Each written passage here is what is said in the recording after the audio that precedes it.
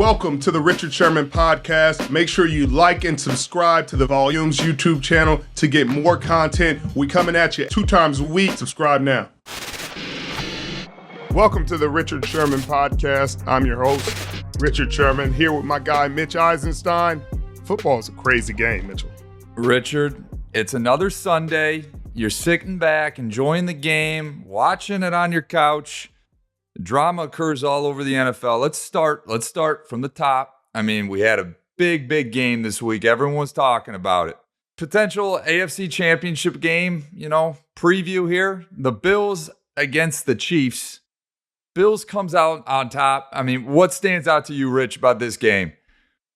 Well, Mitchell, it was two great teams. I didn't expect it to be this close. I didn't expect the Chiefs to take it down to the wire and make Buffalo drive down the game like they did in the playoffs. But, you got to give credit to Andy Reid and Bieniemy and their staff and their defensive staff. They found a way to keep Josh Allen and the boys in check. I mean, Stephon Diggs still had a game. Gabe Davis still had a game. Let's not get crazy here.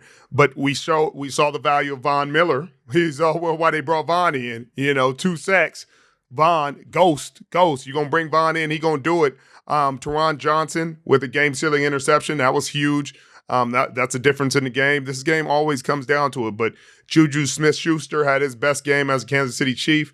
You give a lot of credit for them. They're spreading the ball around. Patrick Mahomes continue to do what he does, but some of those plays came back to bite him in the butt. You saw earlier in the season, he scrambled to his right, threw back across his body to Jerick McKinnon for a touchdown earlier in the season on the goal line. And on an almost exact same play, he had done some crazy magic and threw a touchdown. This time, he used that magic a little bit too often, threw it to the back of the end zone, interception.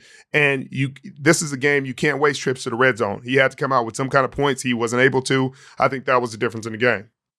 Richard, I mean, it came down to the wire again. You thought again, hey, Mahomes got the final possession here. He's just going to figure out a way. And the Bills' D finally got the better of him.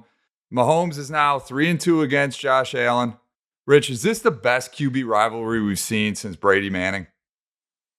Yeah, hold on now, Mitchell. It's like we go too fast to anoint kings, and then we're doing it too fast. Like, great QB rivalry. Let's appreciate it. These two are the future of football. They're great. They're the present of football. But there was Tom Brady, Manning. There's Tom Brady, Aaron. There's Aaron Manning. There's Drew Brees, Aaron. There's Drew Brees, Tom. There's Matt Ryan, Tom. Let's be easy. Let's not get too crazy. But right now, these two are 2 of the best quarterbacks in football. Anytime they line it up together, it's going to be history.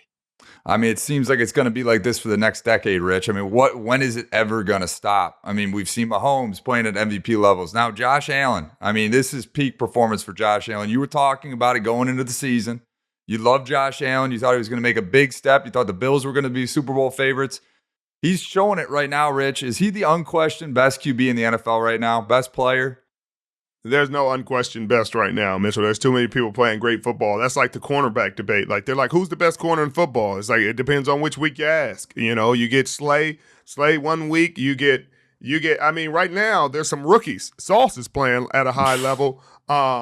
Which is crazy. Then you got Pat Surtain.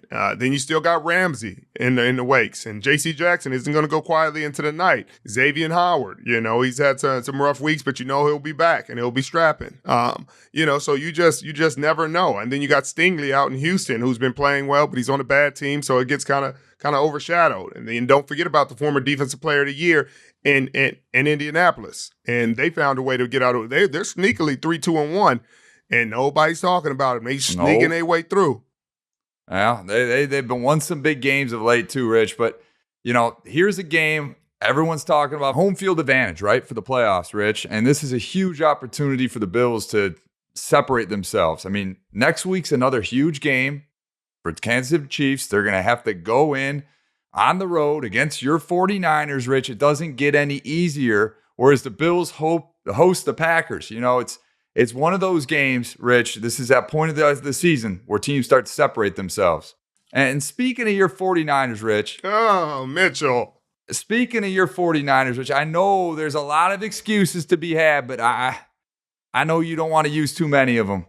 Atlanta's a tough squad, but they really controlled this game 28-14. Your thoughts on the outcome and what's ahead for the Niners? The San Francisco 49ers are an elite team. They will be an elite team when it's all said and done, but nobody can be elite when you lose both your starting tackles, both your starting corners, 3 starting defensive linemen, your starting safety, your starting quarterback, and a starting linebacker. I don't know too many teams that have the ability to still be elite after all of that. And Atlanta has been playing really good football. Marcus Mariota is being very safe with the football. He's 13-14 for 124. Not huge numbers, but that's all you need to do. Manage the game. He also had 6 rushes for 50 yards. That was the difference in the game. He was using his legs. That made the difference. They had 168 yards rushing as a team. I can't imagine the last time the San Francisco 49ers gave up that many yards rushing. But when you don't have Eric Armstead in the middle, you don't have Bosa, you don't have those big playmakers. You can't play man-to-man coverage on the outside. So it changed the way that D'Amico has to call the defense, then you're not going to have success. I mean, Jimmy Garoppolo played a solid game, but he had some costly turnovers. One before the half where he's just trying to give Debo a chance, but later on in the game, you can't have that interception. But Brandon Ayuk had a good game, but there was way too many drops in the game, way too many self-inflicted wounds. But I still believe in them. I still believe the 49ers are going to compete at the end, just like last year. They'll find a way to get healthy at the right time. Trent Williams is going to be out for the season. McGlinchey probably has a calf, going to make it tough to make it back for the Kansas City Chiefs game. The corners, the groin injury. I mean, Emmanuel Mosley won't be back. We don't know what's going to happen with Charvarius Moore. That groin is always, you don't know when Bosa's coming back. So it's looking grim right now, but I still think they'll find their way into the playoffs and they'll make it interesting. They get healthy by the playoffs. Nobody will want to see them.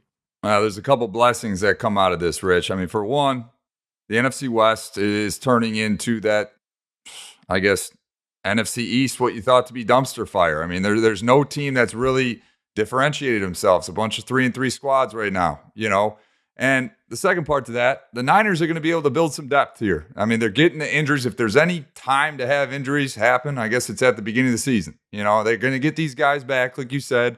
Hopefully some of the backups can elevate their game and take this team to the next level once those starters do come back. Well, they're going to have to take some risks. Kyle Shanahan is going to have to open the playbook up, and they're going to have to get creative because they're going to have to score some points. They can't lean on the defense as they have been in the past. They're going to have to put up 30, 35 points a game in order to be competitive in these ball games because they have Kansas City Chiefs, and they ain't playing no games. Sticking in the NFC West, Rich, the Seahawks. I'm going to start it off with one name. I know you love him, Tyreek Woolen. Tell me about him. First off, Mitchell, his 4th interception in his 4th game, like he's playing silly right now, Mitchell. It doesn't even make sense.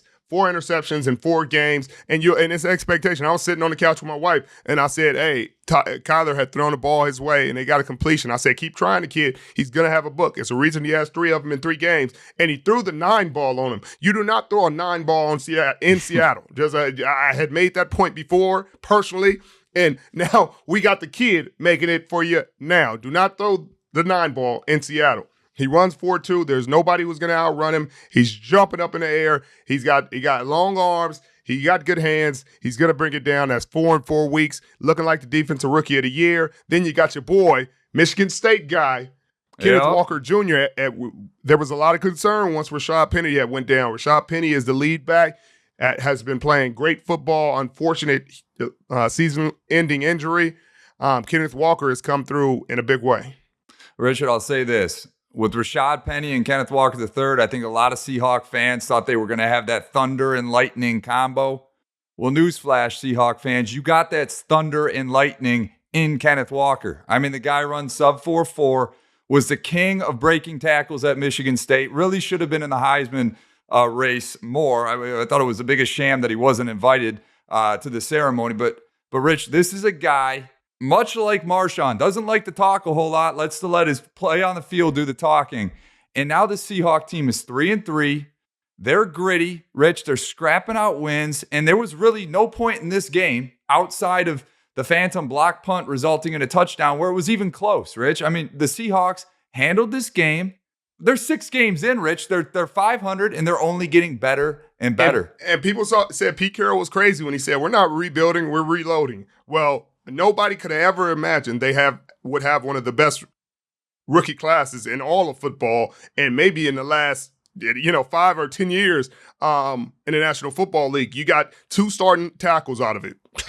Crazy. If you just left with that, people would be like blown away. Hey, this is great. You got a starting corner, and not just a starting corner that is the front runner for Defensive Rookie of the Year right now. You got a starting nickel in Kobe Bryant, who has not 1, not 2, not 3, but like his running mate, 4 forced fumbles on the year. And every time, every game, it's almost like you're expecting it. Kobe Bryant is going to make a huge play and change the game. And he has done that week in, week out. He forced a fumble on Kyler Murray this year. And then you say, that's enough. You got 4 players out of the draft class. That's enough. Like, no more needed. But no. Then you get the running back, Kenneth Walker Jr., to say, hey, we're going to secure the bag with this running back. And he's doing a great job. I know Pete Carroll and John Snyder are over the moon about this. But let's talk about Kyler Murray, because he ran the ball 10 times for 100 yards. He 23 of 37, had a solid game for 222, I believe, and a pick, because you don't try Reek. You didn't learn from the other 3 games that he got picks that you don't try Reek. But he had a study clause in his contract. And we got him next week, Mitchell. We got him next week when they play the Saints. Catch us on Amazon Prime at TNF tonight. Starts at 7 p.m. Eastern. We're going to be covering the Saints and the Arizona Cardinals in Phoenix. But he's struggling. He's not seeing the field well. Richard, this is a team. We talked about it the last couple weeks. This is a team without an identity right now, Rich. I mean, they had a hot start last year. Everyone thought they would be upper echelon team in the NFL, and then they just went stagnant. And they didn't just go into the valley, Rich. I mean, they continued to go deeper and deeper and deeper into that valley. Everyone thinks they're just going to snap out of it. When do they snap out of it? When they get D-Hop back? I don't know. I don't know if D-Hop fixes his vision problems, because he's not seeing the field, Mitchell. There are open receivers. When there's open receivers, he hits them sometimes. Sometimes he doesn't. There are plays that are obviously schemed up for certain receivers to be open. He's not even taking his eyes there. You see it from the all 22. You're like, hey, I can see what they were drawing up, and the guy they were drawing up to be open is open, and he's not hitting them, Mitchell. And that's where you're like, hey, maybe there was a reason they were like, stop playing video games and study your playbook, because you can't have those. If you're paying your quarterback $48 million, you don't expect him to miss not only wide open receivers, but schemed open receivers where you're like, hey, it's just, hey, we're going to circle this guy. We're throwing it to him. Just don't miss him. And he doesn't even look at that guy. Cliff Kingsbury cannot be happy. But you know who's really not happy, Mitchell? Really not? You tell me. The Tampa Bay Buccaneers, Mitchell. Goodness gracious. They thought, hey, we got a layup in the Pittsburgh Steelers. They've been beat by everybody. Richard, you said it. You said it a couple weeks ago. This ain't golf. There's no gimmies in football. None. Everyone had this game penciled in as a W, including yourself, including me. Ask anyone. Guaranteed win Tampa Bay. What happened, Rich? I mean, how concerned would you be being in that locker room right now? There is not a player in the National Football League with more credibility than Tom Brady, Mitchell. Not one.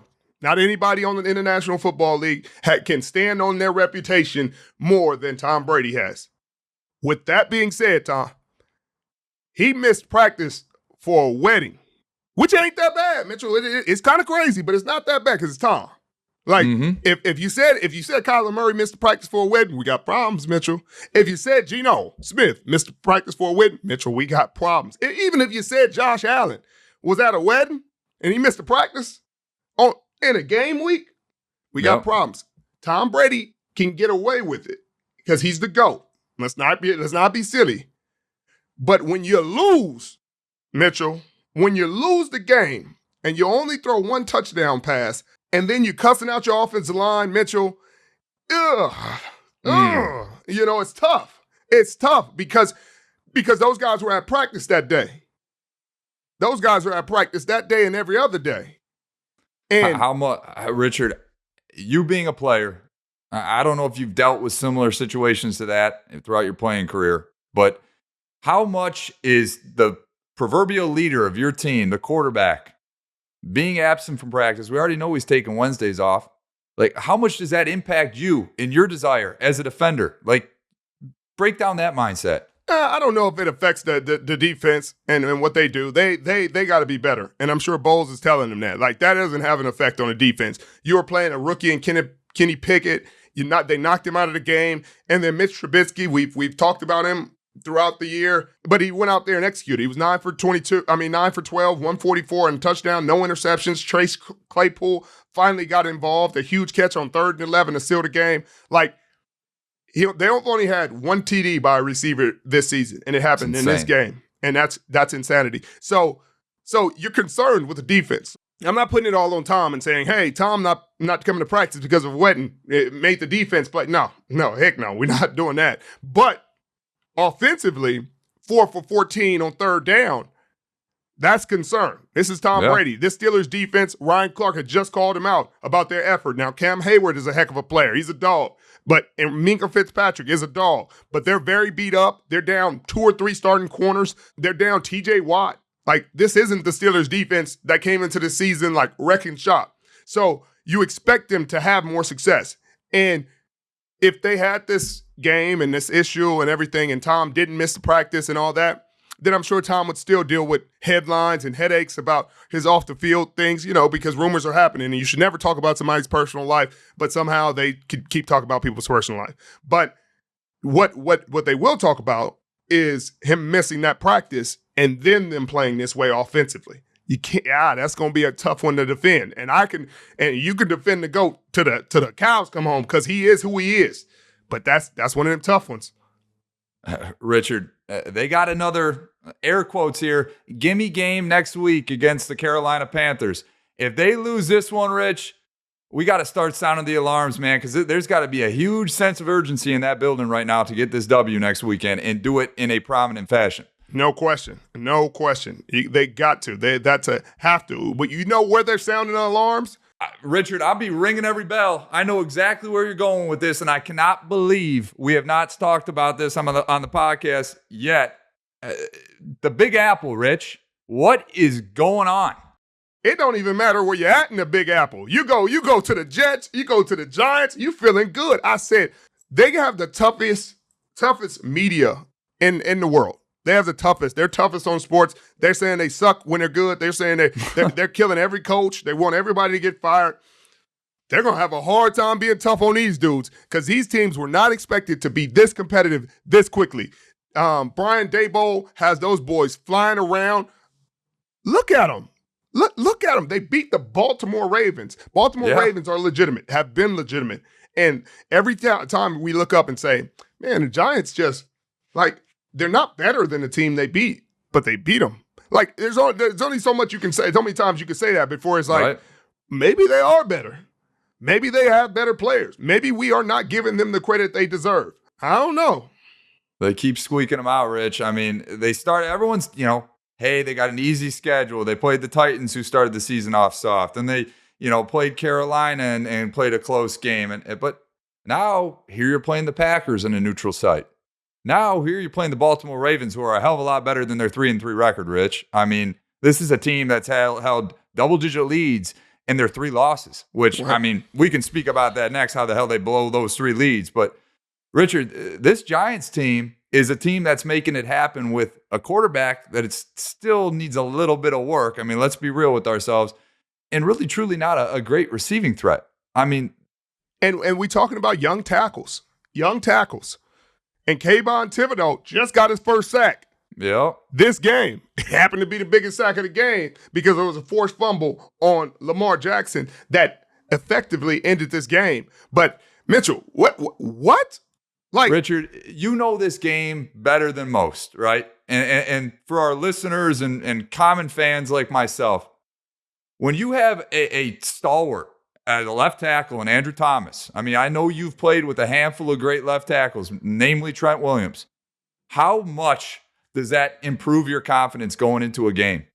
Oh, I mean, ask Daniel Jones. Like, he's sitting back there cooking grits, chips and grits, and steak if you need it. Like, he's back there comfortable. You allow the quarterback to get comfortable, to feel comfortable hitting his back foot and going through the reads. He's not looking down to see who's coming around, who's by his feet. He's standing in that pocket. He's taking off when he has to. He's not forcing the runs. Like, they're playing confident. They're playing with house money, and you love to see it. But you know who I'm more excited about, Mitchell? My boy Saleh and the boys. You know what I mean? I told you.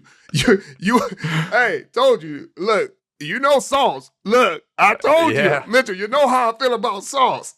You know what I mean? Come on, Richard. Mitchell. If you own lunch, you probably need you some sauce. If you have a boss, if you're playing crisscross, if you're listening to Rick Ross, you probably need you some sauce. And I told you, they better call him because you're going to need Randy Moss if you're going to get open on Sauce. He is out there strapping, Mitchell. And then he going to put the cheese on his head at Lambeau and walk around. And then Breece Hall, the rookie, going off, does the Lambeau leap with a Jets jersey on into Jets fans in Lambeau. Woo! Boy, they are acting unusual. And I love Richard, all doing this with, I mean, let's be real. Zach Wilson isn't providing a whole lot of a spark to that offense. You're right. Breece Hall, stud. I mean, they got great young wide receivers. Elijah Moore didn't do anything today. You know, Garrett Wilson didn't do anything today. I mean, these are guys that have a high trajectory in this league, Rich. I mean, Robert Saleh. I mean, we got two, Brian Daboll and Robert Saleh.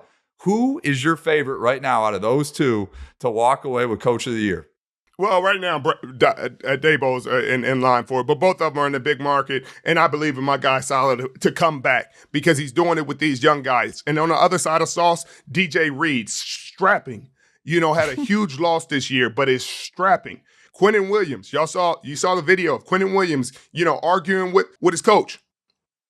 You see, now we don't hear nothing about that anymore. Because guess what? Brick, their D coordinator, he's rushing 4. And they're letting the coverage cover in the back end. They insert Quan Alexander into the nickel lineup. And I guess what?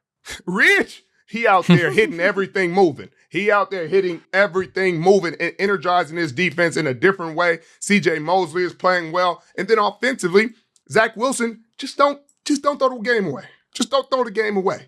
Breece Hall, hand the ball off to Breece Hall and let him do his thing. Richard, not to add insult to injury for the Packers, but Matt LaFleur lost to his brother Mike LaFleur. I mean, this snapped the Packers' 15-game home win streak.